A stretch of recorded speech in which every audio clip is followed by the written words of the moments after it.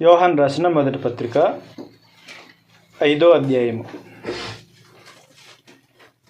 యోహాను రాసిన మొదటి పత్రిక 5వ అధ్యాయము 3వ వచనం నుంచి ఇలా రాయబడింది. మనం ఆయన ఆజ్ఞలను గైకొనుటయే దేవుని ప్రేమించుట. ఆయన ఆజ్ఞలు భారమైనవి కావు. దేవుని మూలముగా పుట్టిన వారందరూ లోకమును జయించుదురు. లోకమును జయించిన విజయము మన విశ్వాసమే. క్రైస్తవులు లేకపోతే సంఘము పిలువబడినవారు. సంఘము అంటే పిలువబడినవారు అని అర్థం. ఎక్కడి నుంచి ఎక్కడ పిలువబడినవారు? శాపగ్రస్తమైన లోకముల నుంచి దీవెనకరమైన నూతన సృష్టిలోనికి పిలువబడినవారు సంఘం. అయితే లోకంలో నుంచి వేరు చేయబడినప్పుడు వారు లోకానికి వేరుగానే జీవించాలి. లోకానికి వేరుగానే జీవిస్తే వారు లోకాన్ని జయించేదానికి వీలుంటుంది. అయితే లోకమును జయించాలంటే వారు దేవుని మూలముగా పుట్టిన వారై ఉండాలి. 5వ అధ్యాయం 4వ వచనం మరోసారి చదువుతాను. దేవుని మూలముగా పుట్టిన వారందరూ, ఒకరు కాదు, దేవుని మూలముగా పుట్టిన వారందరూ లోకమును జయిస్తారు. అసలు లోకాన్ని ఎందుకు జయించాలి? మనము లోకమును ఎందుకు జయించాలి? దేవుడు మానవుల యొక్క అవసరతల నిమిత్తము ఈ సృష్టిని నిర్మాణం చేశారు. మానవుని సృజించకముందే మానవునికి కావలసినవన్నీ దేవుడు ముందుగానే నిర్మాణం చేశారు. అందులో భాగంగా దేవుడు మనుషులకు అనుగ్రహించిన జ్ఞానాన్ని బట్టి కాలక్రమంలో అనేక కార్యాలు చేపట్టారు. మనుషుడు ఆనందంగా జీవించడానికి ఇది అవసరం. దేవుడు ఎంతగా దయచేస్తారో దానికి మించి, అవసరాలకు మించి ఎక్కువగా సంపాదించటము, అవసరాలకు మించి ఎక్కువగా కోరుకోవటము, అవన్నీ మనుషులు వాడుక చేసుకున్నారు. దేవుడు మనుషులకు దయచేసిన దానితో తృప్తిపరచబడకుండా, తృప్తిగా జీవించకుండా, అధికముగా ఆశించి కోరుకొని తమ కాలమునకు ముందుగానే చనిపోయిన వారు కూడా ఉన్నారు. కాబట్టి లోకంలో మనుషుడు క్రీస్తునందు విశ్వాసం ఉంచి జీవించాలి అనంటే లోకంలో నుంచి వేరు చేయబడాలి. నిజానికి క్రైస్తవుడు అంటే లోకం నుంచి వేరు చేయబడినవాడు. లోకములో నుంచి వేరు చేయబడాలి అనంటే ప్రాముఖ్యంగా కావాల్సింది ఏంటంటే విశ్వాసము లోకములో నుంచి మనల్ని వేరు చేసేస్తుంది. మరోసారి చదువుతాను. 5వ అధ్యాయం 4వ వచనంలో, దేవుని మూలముగా పుట్టిన వారందరూ లోకమును జయించుదురు. లోకమును జయించిన విజయము మన విశ్వాసమే. ఇంతకీ లోకమును జయించడానికి విశ్వాసం అవసరం, రైట్? అసలు లోకంలో ఏముందని మనం లోకాన్ని జయించాలి? క్రైస్తవునికి హాని చేసే సంగతులు ఏమున్నాయి లోకంలో? లోకానికి వేరుగా జీవించడానికి లోకము అపవాది స్వాధీనమై ఉంది. 5వ అధ్యాయం ఇదే పత్రికలో 5వ అధ్యాయం 19వ వచనంలో, లోకమంతయు దుష్టుని యందున్నదనియు ఎరుగుదుము అన్నాడు.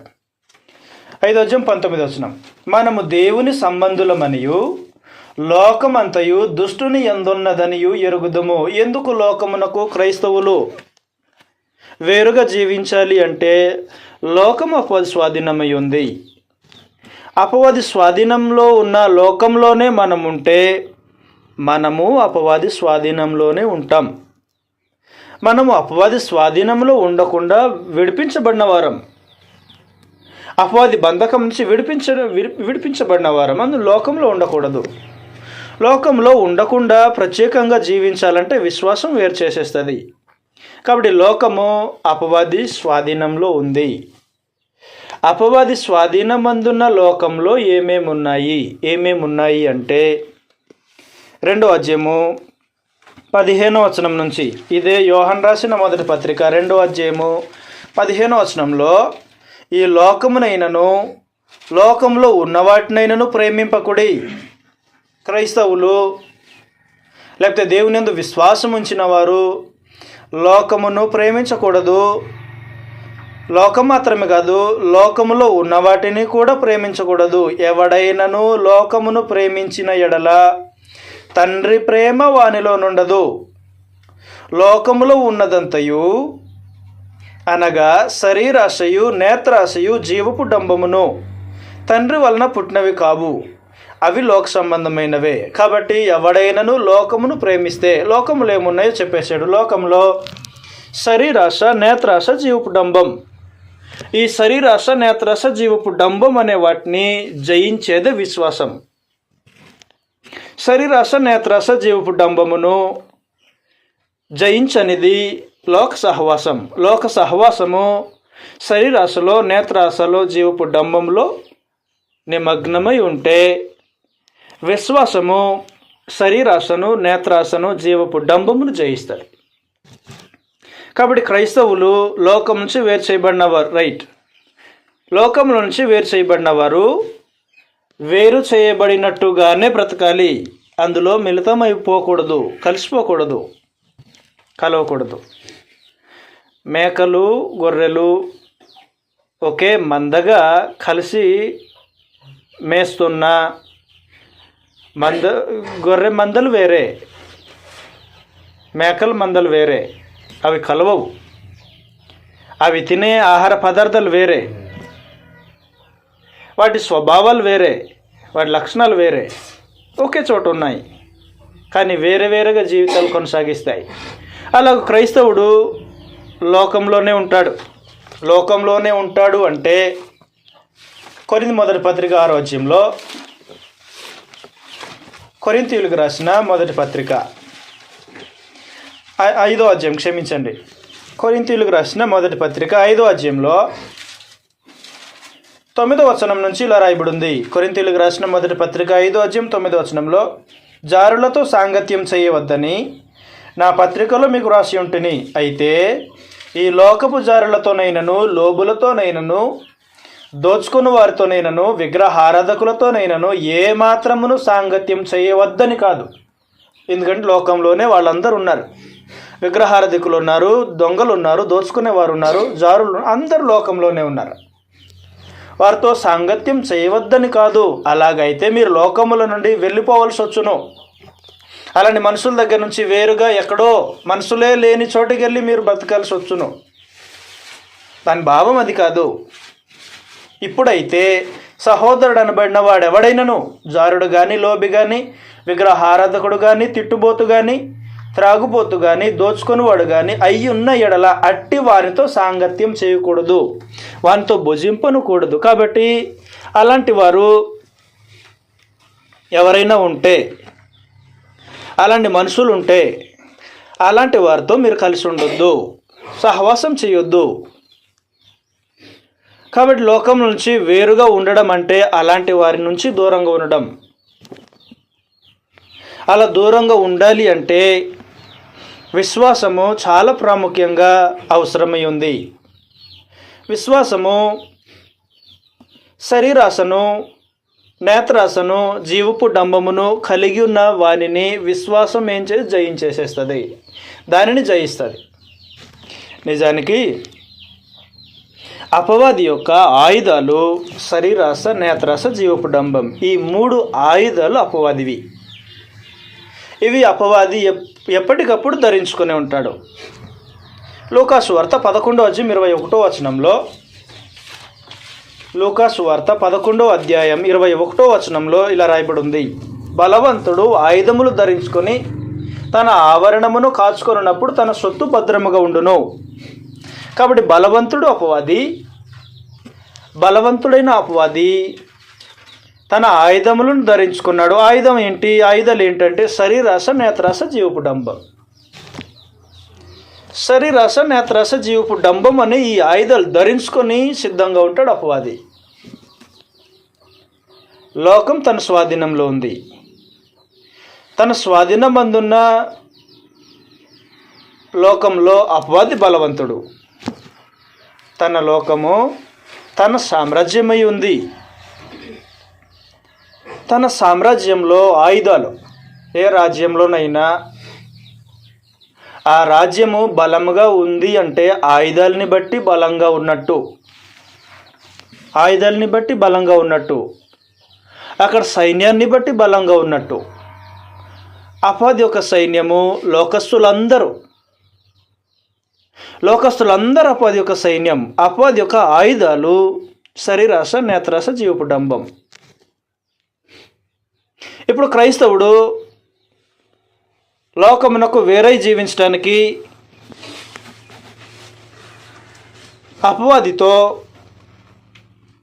లోక సంబంధమైన సహవాసంతో పోరాడుతూ ప్రత్యేకంగా జీవించాలి.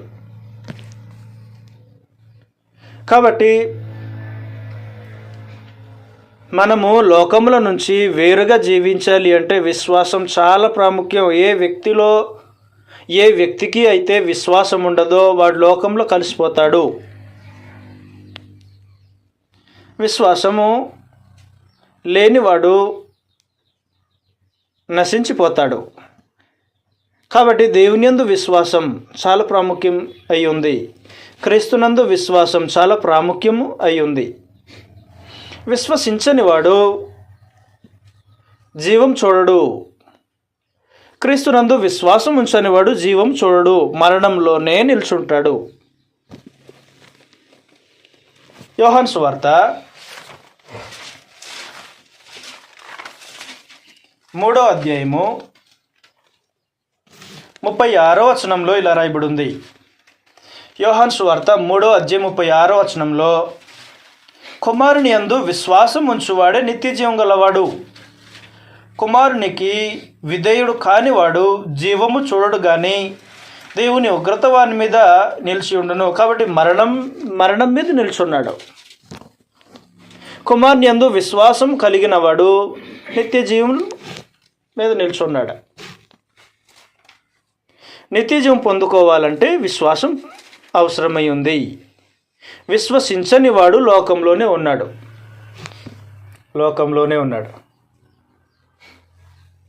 తను ఏ లోకంలో అయితే నిల్చున్నాడో నిల్చున్న ఆ చోటు డేంజర్ జోన్లో ఉంది. అది సేఫ్ జోన్ కాదు. మనము ప్రయాణం చేస్తున్నప్పుడు రోడ్డును నిర్మాణం చేసే మనుషులు అక్కడక్కడ వంతెన దగ్గరికి వెళ్తే, వంతెన బలహీనముగా ఉన్నది, నెమ్మదిగా వెళ్ళవలెను అని బోర్డు పెట్టుంటారు. ఇక్కడ పనులు జరుగుతున్నాయి కాబట్టి మీరు నెమ్మదిగా వెళ్ళవలెను బోర్డులు పెట్టుంటారు.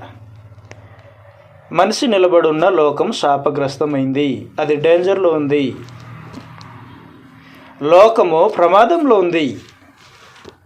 దేవుని ఉగ్రతకు లోనై ఉంది లోకం. ఆ దేవుని ఉగ్రతకు లోనై ఉన్న ఆ లోకముల నుంచి ప్రత్యేకంగా బయటికి పిలువబడిన వాడే క్రీస్తునందు విశ్వాసం ఉంచినవాడు, సంఘం. అందుకని అలా ప్రత్యేకంగా బయటికి వేరైపోయినవాడు, పిలువబడినవాడు ఇప్పుడు ఏం చేయాలంటే లోకాన్ని జయిస్తూ వెళ్ళిపోవాలి. లోకం నుంచి వేరు చేయబడినవాడు లోకాన్ని జయిస్తూ వెళ్ళిపోవాలి. లోకాన్ని జయించడం అంటే శరీరాశను, నేత్రాశను, జీవపు డంబమును జయించడం. కాబట్టి గ్రంథంలో ఇలాగుంది, శరీరాశ, నేత్రాశ, జీవపు డంబం అనే అపవాది యొక్క ఆయుధాలని జయించాలి. గ్రంథంలో మొట్టమొదటిగా దీనిని జయించిన వ్యక్తి ఆదాము. తిమోతికి రాసిన మొదటి పత్రికలో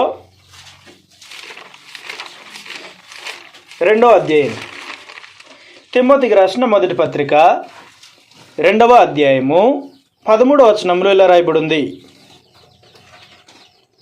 తిమోతి మొదటి పత్రిక 2వ అధ్యాయం 13వ వచనంలో, మొదట ఆదామును తరువాత హవ్వయును నిర్మింపబడిరి కారా, మరియు ఆదాము మోసపరచబడలేదు కానీ స్త్రీ మోసపరచబడి అపరాధములో పడెను. కాబట్టి అపవాది ఆదాము దగ్గరికి వెళ్ళాడు. శరీరాశ, నేత్రాశ, జీవపు డంబం అనే ఆయుధాలతో ఆదాం మీద దాడి చేశాడు. ఆదాం మీద దాడి చేస్తే ఆదాము దానికి లొంగిపోలేదు, పడిపోలేదు. ఆదాము అపవాది యొక్క శోధనను జయించినవాడు ఆదాము.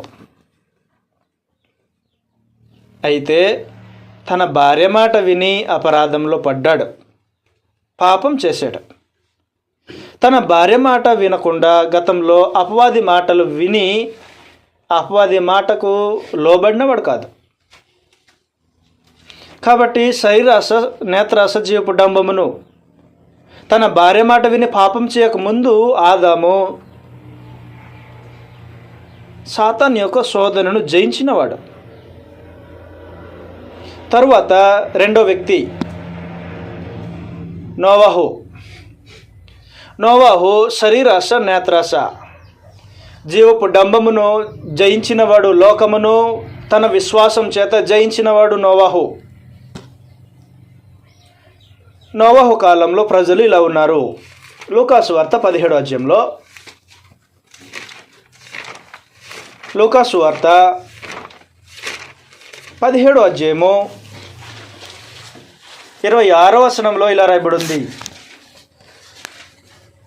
లూకాసు వార్త 17వ అధ్యాయం 26వ వచనంలో, నోవాహు దినములలో జరిగినట్టు మనుష్య కుమారుని దినములలోనూ జరుగును. నోవాహు ఓడలోనికి వెళ్ళిన దినం వరకు జనులు తినుచు, త్రాగుచు, పెండ్లాడుచు, పెండ్లికి ఇయ్యబడుచు నుండిరి. అంతలో జలప్రళయము వచ్చి వారినందరినీ నాశనం చేసెను. కాబట్టి తినుచు, త్రాగుచు, పెండ్లాడుచు, పెండ్లికి ఇచ్చుచు. తినుచు, త్రాగుచు అంటే మరి దేని మీద ఆశలు పెంచుకోకుండా తాము బ్రతికేదే తినటానికి, బ్రతికేదే త్రాగటానికి, అసలు బతికేదే వివాహాలు చేసుకోవడానికి అన్నట్టుగా బ్రతుకుతున్నారు మనుషులు. అంతేకాదు, అప్పుడున్న మనుషులు ఇంకా ఎలా జీవిస్తున్నారంటే బలాత్కారాలు చేస్తూ జీవిస్తున్నారు. ఆదికాండం 6వ అధ్యాయంలో, ఆదికాండం 6వ అధ్యాయం 6వ అధ్యాయంలో నోవాహు కాలంలో ప్రజల యొక్క పరిస్థితి ఎలా ఉంది. 6వ అధ్యాయం 1వ వచనంలో, నరులు భూమి మీద విస్తరింపనారంభించిన తర్వాత కుమార్తెలు వారికి పుట్టినప్పుడు దేవుని కుమారులు నరుల కుమార్తెలు చక్కని వారిని చూచి వారందరిలో తమకు మనసు వచ్చిన స్త్రీలను వివాహం చేసుకునేది. కాబట్టి తినుచు, త్రాగుచు, పెండ్లి చేసుకొనుచు, పెండ్లికిచ్చుచు నుండిరి అన్నప్పుడు వివాహాల మీద వివాహాలు చేసుకొనుచు వస్తున్నారు. 3వ వచనంలో, అప్పుడు యెహోవా, నా ఆత్మ నరులతో ఎల్లప్పుడూ వాదించదు. వారు తమ అక్రమ విషయంలో నరమాత్రులై ఉన్నారు. అయినను వారి దినములు 120 ఏండ్లగునెను. ఆ దినములలో నెఫీలుల అను వారు భూమి మీద నుండిరి. తరువాత నుండిరి. వారు దేవుని కుమారులు నరుల కుమార్తెలతో పోయినప్పుడు వారికి పిల్లలు కనిరి. పూర్వకాలమందు పేరు పొందిన సూర్యులు వీరే. నరుల చెడుతనము భూమి మీద గొప్పదనియు వారి హృదయం యొక్క తలంపులలోని ఊహ అంతయు ఎల్లప్పుడూ కేవలం చెడ్డదనియు యెహోవా చూచి తను భూమి మీద నరులను చేసినందుకు యెహోవా సంతాపమునుంది, తన హృదయములు నొచ్చుకొనెను. కాబట్టి ఆనాడు లోకం అలాగుంది. తినుచు త్రాగుచు ఉన్న లోకము ఎలా ఉంటుందంటే నోటికొచ్చినట్టుగా మాట్లాడతారు. తినే దగ్గర, తాగే దగ్గర మీరు జాగ్రత్తగా గమనిస్తే నోటికొచ్చినట్టుగా మాట్లాడుకుంటారు. తమకు తాము గొప్పలు చెప్పుకుంటారు. తమ మాటలతో గొడవలు పెట్టుకుంటారు. తమ మాటలను బట్టియే సమస్యలు తెచ్చుకుంటారు. అంతేకాకుండా హాని చేసుకుంటారు. తినుచు త్రాగుచు ఉన్నవారు తమ యొక్క జీవితమును క్షణం మాత్రమే సుఖం అనుభవించే పరిస్థితి అయినట్టు, బతికేదే సుఖం అనుభవించడానికి అన్నట్టుగా బ్రతుకుతారు మనుషులు. అది ఎంతవరకు అనంటే, ప్రాణం పోయినా పర్లేదు, సుఖం అనుభవించే చనిపోవాలి, తినాలి, తాగాలి. బ్రతికే బ్రతుకు తినకపోతే ఎందుకు, తాగకపోతే ఎందుకు అన్నట్టుగా జీవించే మనుషులు. అలాంటి వాళ్ళు ఎంతమంది ఉన్నారు? లోకం మొత్తం అలాంటి వాళ్ళే, అందరు అలాంటి వాళ్ళే. అందులో ఒకే ఒక్కడు నోవాహు. నోవాహు ఆ తరం వారు అందరిలో నీతిపరుడు, అంటే న్యాయవంతుడు నోవాహు. దేవుడు నీతి స్వరూపుడు. దేవుని నీతి నోవాహులో కనిపించింది. కాబట్టి నోవాహు అందరిలాగా కాకుండా అందరు శరీరాశ నేత్రాశ జీవపు డంబమునకు లోనైపోయి తమ శరీరములను పరస్పరం అవమానపరుచుకొనుచు తమ జీవిత దినములన్నీ సుఖముగా బ్రతుకుతూ ఉన్నప్పుడు నోవాహు ఒక్కడే శరీరాశ నేత్రాశ జీవపు డంబం అనే దాన్ని జయించినవాడు నోవాహు. అందుకని నోవాహు ఎలాగూ జయించగలిగాడు. ఎలా శరీరాశలో పడిపోలేదు, వివాహాలు ఎలా చేసుకుంటూ పోలేదు నోవాహు. అందరిలాగా తినుచు త్రాగుచు ఎలా చేయకుండా ఉన్నాడు నోవాహు అంటే, నోవాహు దేవునిందు విశ్వాసం కలిగినవాడు. కాబట్టి విశ్వాసము లోకమును జయిస్తుంది. లోకమును అంటే లోకంలో ఉన్న వాటిని జయిస్తుంది విశ్వాసం. అలా నోవాహు విశ్వాసం చేత లోకమును జయించినవాడు. ఇదే ఆదికాండం 6వ అధ్యాయంలో 21వ వచనంలో నుంచి, మరియు తినుటకు నానా విధములైన ఆహార పదార్థములను కూర్చుకొని నీ దగ్గర ఉంచుకొనుము, అవి నీకును వాటికి ఆహారమగునని చెప్పాను. నోవాహు అట్లు చేసెను.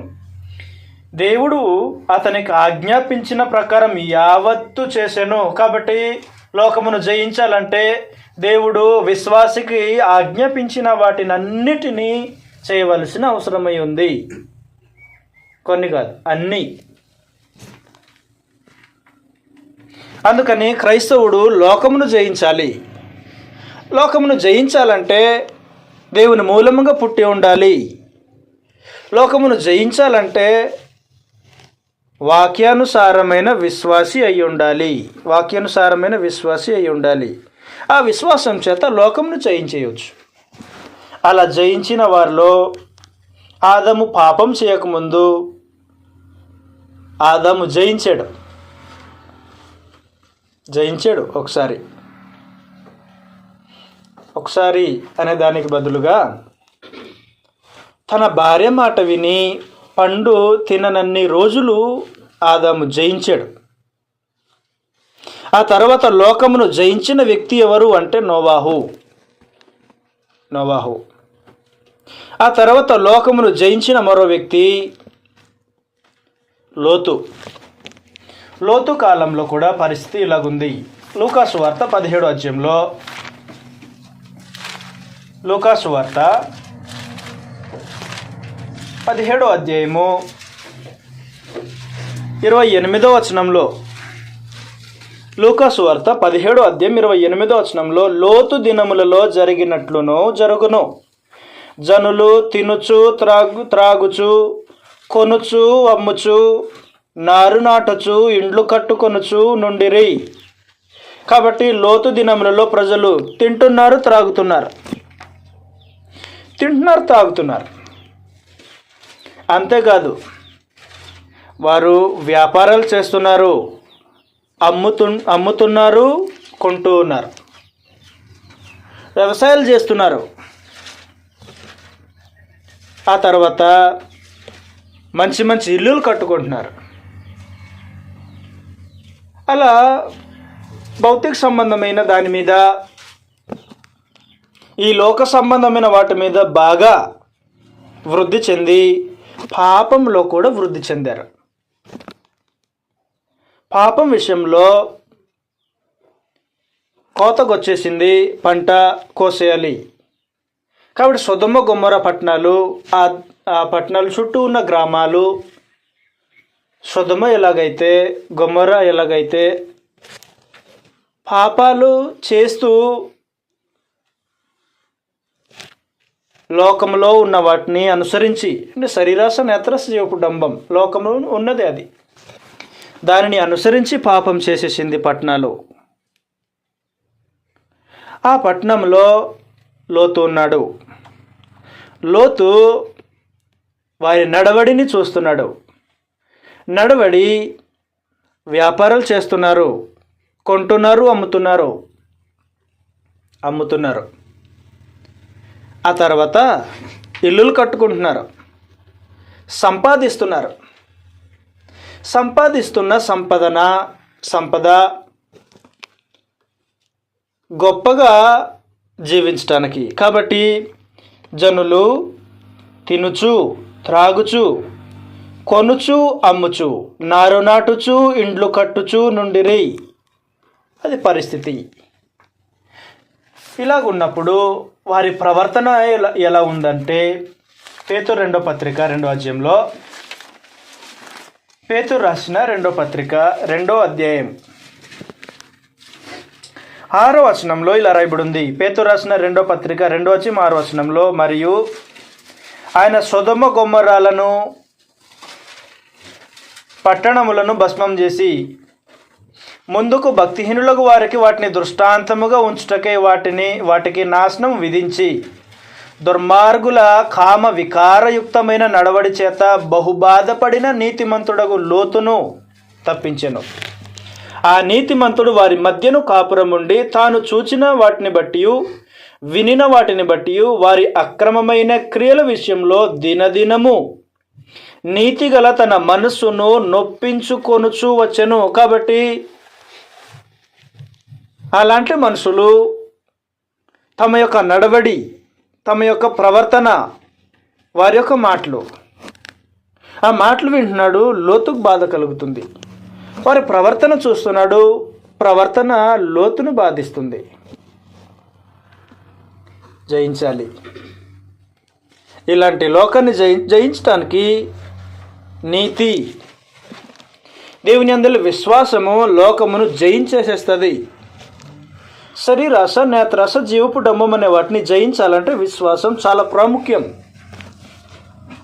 కాబట్టి జయించడానికి ప్రత్యేకించి దేవుడు తన ఏర్పాట్లని అనుసరించి దేవదూతల్ని అక్కడ పంపించారు. దేవదూతలు వచ్చారు. వచ్చిన దేవదూతలు లోతును తీసుకెళ్ళిపోతుంటే లోకమును జయించలేని లోతు భార్య ఏం చేసిందంటే, లూకాసు వార్త 17వ అధ్యాయంలో, లూకాసు వార్త 17వ అధ్యాయం 32వ వచనంలో ఇలా రాయబడి ఉంది. ఏం జరిగింది? మీరు తిరిగి వెళ్ళిపోండి, తిరిగి చూడొద్దు అని చెప్పినప్పుడు అది దేవుని సందేశం. మీరు తిరిగి చూడకూడదు, మీరు విడిచిపెట్టిన దానిని తిరిగి చూడకూడదు, తిరిగి దానిని తీసుకోకూడదు అని చెప్తే లోతు బయలుదేరాడు. లోతు భార్య బయలుదేరింది. లోతు 2 కుమార్తెలు బయలుదేరారు. 4 వెళ్తున్నారు. అలాగా ఈలోపు లోకంలో ఉన్న దానిని ప్రేమించి ఆశించిన లోతు భార్య వెనక్కి తిరిగి చూసింది. 32వ వచనంలో లోతు భార్యను జ్ఞాపకం చేసుకొనుడి అన్నాడు. తన ప్రాణమును రక్షించుకున్న గోరువాడు దానిని పోగొట్టుకును. లోతు భార్యను ఎందుకు జ్ఞాపకం చేసుకోవాలి? సొదొమ గొమొర పట్టణాలు ఇల్లు కట్టుకొనొచ్చు, నారు నాటుచు, పెండ్లి చేసుకొనొచ్చు, తినుచు, త్రాగుచు, అమ్ముచు, కొనుచు ఉన్నారు. అంతేకాదు వారి నడవడి, వారి మాటలు నీతిగా బ్రతకాలి అనే వారిని ఇబ్బంది పెట్టే మాటలు, నీతిగా జీవించాలి అని జీవించే వారిని బాధ పెట్టే నడవడి, వారి ప్రవర్తన. అలాంటి వారి మధ్యన లోతు అన్నాడు, నువ్వు వేరైపోవాలి. నేను విశ్వాసం చేత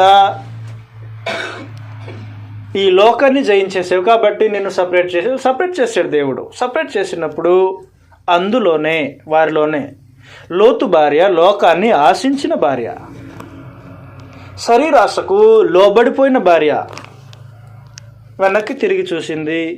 చూడకూడదు అని చెప్పాడు దేవుడు. చూసింది, ఉప్పు స్తంభం అయిపోయింది. కాబట్టి లోతు లోకమును జయించిన విశ్వాసం, లోకమును జయించేది మన విశ్వాసము.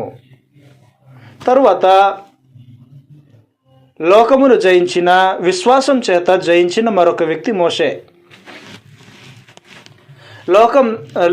లోకంలో ఉన్న వాటిని అన్నిటినీ జయించినటువంటి వ్యక్తి. అన్నిటినీ అంటే మనం చెప్పుకుంటున్నట్టు శరీరాశ, నేత్రాశ, జీవపు డంబం అనే వాటిని జయించిన వ్యక్తి మరో వ్యక్తి మోషే. ఈ మోషే ఐగుప్తులో పుట్టాడు. ఐగుప్తులో పుట్టిన మోషే ఆయన పుట్టిన సందర్భంలో ఇశ్రాయేల్ ప్రజలు సంఖ్య విస్తరిస్తున్నారు. దేవుడు అబ్రహాంకు వాగ్దానం చేసినట్టు అబ్రహాం జనాంగము సంఖ్యలో విస్తరిస్తున్నారు. ఆ చూసిన ఐగుప్తు రాజు ఇశ్రాయేలీలు మనం చూస్తూ ఉండగానే దినదినం వారి సంఖ్య విస్తరిస్తుంది, దాన్ని ఆపేయాలి అని ప్లాన్ చేసి మగపిల్లోడు అయి ఉంటే చంపేసేయండి అని ఆజ్ఞాపించాడు. హెబ్రీ యొక్క మంత్రసానులు వారు ఆజ్ఞాపించి వాళ్ళు దేవునికి భయపడి ఆ పని చేయలేదు. అప్పుడు తన సేవకులకి ఏం చెప్పాడంటే, ఈ హెబ్రీయుల్లో ఇశ్రాయేల్ ప్రజల్లో ఎవడైతే మగపిల్లోడు అయి ఉంటాడో పుట్టిన మగపిల్లోడిని మీరు నదిలో పడేసేయండి అని ఆజ్ఞాపించాడు. దేవుని ఆజ్ఞకు భయపడని విశ్వాసులైన మోషే తల్లిదండ్రులు, రాజు యొక్క ఆజ్ఞకు భయపడని మోషే తల్లిదండ్రులు మోషేను 3 నెలలు దాచిపెట్టేశారు. మా వల్ల కాదు, దాచిపెట్టడం మా వాళ్ళకి. ఏం చేశారంటే పెట్టింది తయారు చేసి దాన్ని కీలు పూసి నదిలో పెడుతున్నారు. నదిలో పెడితే దాన్ని కాయటానికి మిరియామును పెట్టారు కావలిగా. ఈలోపు రాజు యొక్క కుమార్తె నదిలోనికి వచ్చింది, పెట్టెను చూసింది. పెట్టె తెరిచి చూస్తే అందులో మోషే ఉన్నాడు, శిశువు. ఈ బాబు హెబ్రీల యొక్క సంతానంలో హెబ్రీ జాతికి సంబంధించిన ఒక బాబు గుర్తుపట్టింది. దేవునికి ఏర్పాటును బట్టి ఆ మోషే ఎవరైతే ఏ ఇంటి వారైతే చంపడానికి ఆలోచన చేశారో ఆ ఇంటిలోనికి తీసుకెళ్ళి ఫరో యొక్క కుమార్తె యొక్క కుమారుడిగా పెంచబడ్డానికి దేవుడు ఏర్పాటు చేశాడు. ఎదిగాడు మోషే. ఐగుప్తు రథాలకు గుర్రాలకు కేంద్రం. ఐగుప్తులో రథాలు గుర్రాలు బాగా దొరుకుతాయి. అవన్నీ అక్కడ ఐగుప్తులో సమృద్ధిగా ఉంటాయి, రథాలు గుర్రాలు. అంతేకాదు, నేటికి ఈజిప్ట్ పిరమిడ్స్ అంటారు. ఈజిప్ట్ పిరమిడ్స్ అవి ఎలా కడతారో ఏంటో నేటికి చాలా వరకు శాస్త్రవేత్తలు సరైన ఆధారము తెలుసుకోలేకపోతున్నారు. అంతేకాదు, చనిపోయిన వారిని మమ్మీలుగా అంటే చనిపోయిన వారిని బట్టలతో చుట్టి వారిని భద్రంగా ఉంచే ఆ ప్రక్రియ ఐగుప్తులో చేస్తారు.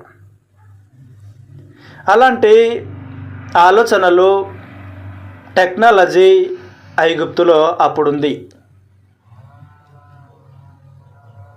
అంతేకాదు, ఐగుప్తులో ప్రపంచం మొత్తంలో అప్పుడు ధనం ఐగుప్తులోనే ఉంది. ఐగుప్తులో ఉందంటే ఐగుప్తుని ఏలుబడి చేసే రాజు ఎంత ధనవంతుడి ఉంటాడో. ఆ ఇంట్లో మోషే వెళ్ళాడు, పెంచబడ్డానికి వెళ్ళాడు, ఎదిగాడు. ఎదిగిన తర్వాత 40 సంవత్సరాలు వచ్చింది. వెళ్ళాడు తన సోదరుల దగ్గర, సోదరులను చూడడానికి వెళ్ళాడు. వెళ్ళి సోదరుడు గొడవ పడుతుంటే మీరు సోదరులకు గొడవ పడకూడదు అన్నాడు.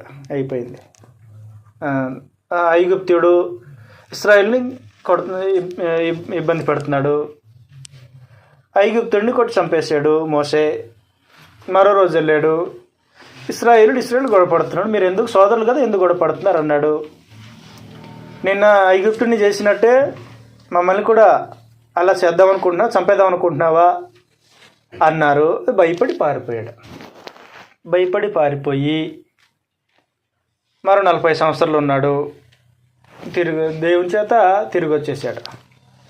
ఐగుప్తులో రాజభోగాన్ని విడిచిపెట్టి దేవుని ప్రజలతో శ్రమ అనుభవించటానికి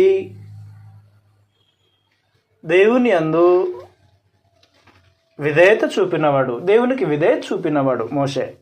హెబ్రీయులకు రాసిన పత్రిక 11వ అధ్యాయంలో 23వ వచనంలో నుంచి ఇలా రాయబడి ఉంది. హెబ్రీ 11:23 వచనంలో, మోషే పుట్టినప్పుడు అతని తల్లిదండ్రులు ఆ శిశువు సుందరుడైనట చూచి విశ్వాసమును బట్టి రాజాజ్ఞకు భయపడక 3 మాసములు అతన్ని దాచిపెట్టిరి. మోషే పెద్దవాడైనప్పుడు విశ్వాసమును బట్టి, కాబట్టి జాగ్రత్తగా గమనించండి, విశ్వాసమును బట్టి ఐగుప్తు ధనము కంటే క్రీస్తు విషయమైన నింద గొప్ప భాగ్యమని ఎంచుకొని అల్పకాలము పాపభోగము అనుభవించటం కంటే దేవుని ప్రజలతో శ్రమ అనుభవించటం మేలని యోచించి, కాబట్టి లోకమును జయించే మార్గం ఆయన ఎన్నుకున్నాడు. ఏమిటి అంటే దేవుని ప్రజలతో శ్రమ అనుభవించాలి. అలా అనుభవిస్తే లోకాన్ని జయించేసేస్తాను. లోకంలో ఏముంది? ఐగుప్తు ధనము ఒకవైపు, క్రీస్తు విషయమైన నింద ఒకవైపు. ఏది ఎన్నుకుంటారు మనుషులు? ధనాన్ని ఎన్నుకుంటారు, కష్టాలని బాధల్ని ఎన్నుకోరు, శ్రమల్ని ఎన్నుకోరు. ఎన్నుకునేది ధనాన్ని ఎన్నుకుంటారు. మోషే దేవుని యందు విశ్వసించినవాడు. విశ్వాసము శ్రమల్ని కోరుకుంటుందా? విశ్వాసం శ్రమల్ని కోరుకుంటుందా? ఖచ్చితంగా శ్రమల్ని కోరుకుంటుంది విశ్వాసం. ధనాన్ని కోరుకోదు, శరీరాశను కోరుకోదు, నేత్రాశను కోరుకోదు, జీవపు డంబమును కోరుకోదు. కాబట్టి విశ్వాసం ఉన్న చోట లోక సంబంధమైన ఆశలు ఏవి కూడా ఉండదు. లోక సంబంధమైన ఆశలు ఉన్న చోట విశ్వాసం ఉండదు. కాబట్టి విశ్వాసం చేత లోకమును జయించిన వ్యక్తి మోషే. దేవుని ప్రజలతో శ్రమ అనుభవించాడు. ఎంతకాలము? 40 సంవత్సరాలు. 40 సంవత్సరాలు శ్రమలు అనుభవించాడు. అదేదో ఐగుప్తులో ఉండుంటే రాజభోగాలు, రాజమర్యాదలు, భవనాలు, అంతస్తులు, తను అనుకున్నది చేయగలుగుతాడు, తను అనుకున్నది తినగలుగుతాడు, తను ఎలా అనుకుంటే అలా సుఖపడగలడు. అలాంటి రాజభోగాల్ని విడిచిపెట్టి క్రీస్తు విషయమైన నిందను గొప్పగా ఎంచి విశ్వాసం చేత శరీరాశను, నేత్రాశను, జీవపు డంబమును జయించిన వ్యక్తి మోషే. ఎలా జయించాడు? శ్రమల్ని భరిస్తూ జయించాడు. కాబట్టి విశ్వాసం చేత లోకమును జయించాలంటే శ్రమలు పడుతూ ఉండాలి, శ్రమలు అనుభవిస్తుండాలి. అలా శ్రమలు అనుభవించకుండా పాపపు లోకమును మనం జయించలేం. పాపపు లోకమును మనం జయించడానికి విశ్వాసము చాలా ప్రాముఖ్యమై ఉంది. కాబట్టి నువ్వు విశ్వాసివి అయితే, అసలు నువ్వు విశ్వాసివా కాదా, విశ్వసించేవా ఇంతకీ అని ఒకసారి ఆలోచన చేయాలి. కొరింథీ 2:13 కొరింథీయులకు రాసిన 2:13 మీరు విశ్వాసము గలవారై ఉన్నారో లేదో మిమ్మల్ని మీరే శోధించుకొని చూసుకొనుడి. కాబట్టి మీ విశ్వాసమును మీరు పరీక్షించుకోండి. మీ విశ్వాసమును పరీక్షించుకోండి. పరీక్ష, మీరు విశ్వాసులైతే విశ్వాసులని, అవిశ్వాసులైతే అవిశ్వాసులని పరీక్షలు తేలిపోద్ది. పరీక్ష రాస్తే పరీక్షలో ఫెయిల్యూరా లేకపోతే పరీక్షలో సక్సెస్ఫుల్లో పరీక్ష తేల్చేస్తుంది. కాబట్టి మీరు విశ్వాసులు ఉన్నారో లేదో ఎవరిని అడగాలి? ఎక్కడికి వెళ్ళాలి? నేను విశ్వాసను కాదో నాకు తెలుసు. రైట్, నీకు తెలిస్తే ఒకసారి పరీక్షించుకో. ఎలా పరీక్షిస్తావు? శ్రమల్ని కోరుకో. శ్రమల్లో నువ్వు తట్టుకుంటే నువ్వు విశ్వాసివే. శ్రమలు విశ్వాసిని దేవుడి నుంచి దూరం చేయటం కాదు. శ్రమలు విశ్వాసిని మరొక స్టెప్ ముందుకు తీసుకెళ్ళటానికి శ్రమలు. కాబట్టి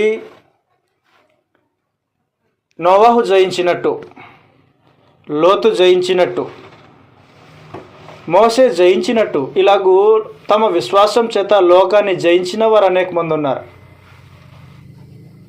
తమ విశ్వాసం చేత దేవుణ్ణి మెప్పించిన మనుషులు అనేక మంది ఉన్నారు. నేడు అలాగూ మనం కూడా లోకమును జయించటానికి విశ్వాసం ప్రాముఖ్యమై ఉంది. కాబట్టి దేవుని మూలముగా పుట్టినవారు లోకమును జయించుదురు. లోకమును జయించిన విజయము మన విశ్వాసమే. కాబట్టి విజయం సాధించాలా, విశ్వాసం అవసరమై ఉంది. లోకమును జయించడానికి శ్రమలు అనుభవించే విశ్వాసం. కాబట్టి నువ్వు విశ్వాసివి అయితే మనుషుని యొక్క జ్ఞానాన్ని బట్టి కట్టుకున్న విశ్వాసమా, లేకపోతే దేవుని శక్తి అందలి కట్టుకున్న విశ్వాసమా? నువ్వు విశ్వాసివి అయితే లోకంతో పోరాడుతూ లోకాన్ని జయిస్తూ వెళ్ళాలి. లోకం యొక్క గురి వేరు, విశ్వాసి యొక్క గురి వేరు. లోకస్తుడు నివసించే చోటు లోకము, క్రైస్తవుడు నివసించే చోటు లోకం కాదు. లోకస్తుడు లోకంతోనే స్నేహం, క్రైస్తవుడు లోకంతో స్నేహం చేయడు. వాని గురి వేరే, ఆ వ్యక్తి వేరే, వాని ఆశయాలు వేరే, వాని నడవడి వేరే, వాని మాటలు వేరే, వాని దృష్టే వేరు. వాడు నించున్న చోటు నిత్యజీవపు చోటు, లోకస్తుడు నించున్న చోటు దేవుని యొక్క శాపానికి గురైన చోటు. కాబట్టి విశ్వాసి తన విశ్వాసం చేత లోకాన్ని జయించాలి, విజయం సాధించాలి. అలాగ మనం లోకం నుంచి పిలువబడ్డాం, లోకానికి వేరుగా జీవించాలి, పోరాడుతూ జీవించాలి, శ్రమలు అనుభవిస్తూ జీవించాలి. అలాగ జీవిస్తే శరీరాశను, నేత్రాశను, జీవపు డంబమును మనం జయిస్తాం. లోకాన్ని జయించే విజయము, లోకాన్ని జయించే విషయం మన విశ్వాసమే. విశ్వాసం చేతనే జయిస్తాము, ఆయుధాలతో కాదు, మాటల చేత కాదు, లోక సంబంధమైన ధన భోగంతో కాదు, సుఖ సంపదలతో కాదు, విందు వినోదాలతో కాదు, కష్ట దుఃఖాలతో కాదు. లోకాన్ని జయించాలంటే విశ్వాసమే. కాబట్టి మీరు విశ్వాసం గలవారై ఉన్నారో లేదో మిమ్మల్ని మీరే శోధించుకొని చూసుకొనుడి అని చెప్పాడు. విశ్వాసులుగా ఉండి దేవుణ్ణి మెప్పింపచేస్తూ లోకమును జయించే దిశగా మన విశ్వాసపు ప్రయాణాన్ని కొనసాగించాలని మిమ్మల్ని ప్రేమతో మనం చేస్తూ నా మాటలు ముగిస్తున్నాను. శ్రద్ధగా విన్న మీ అందరికీ ప్రభునాములు వందనాలు తెలియజేస్తాను. అందరికీ వందనాలండి.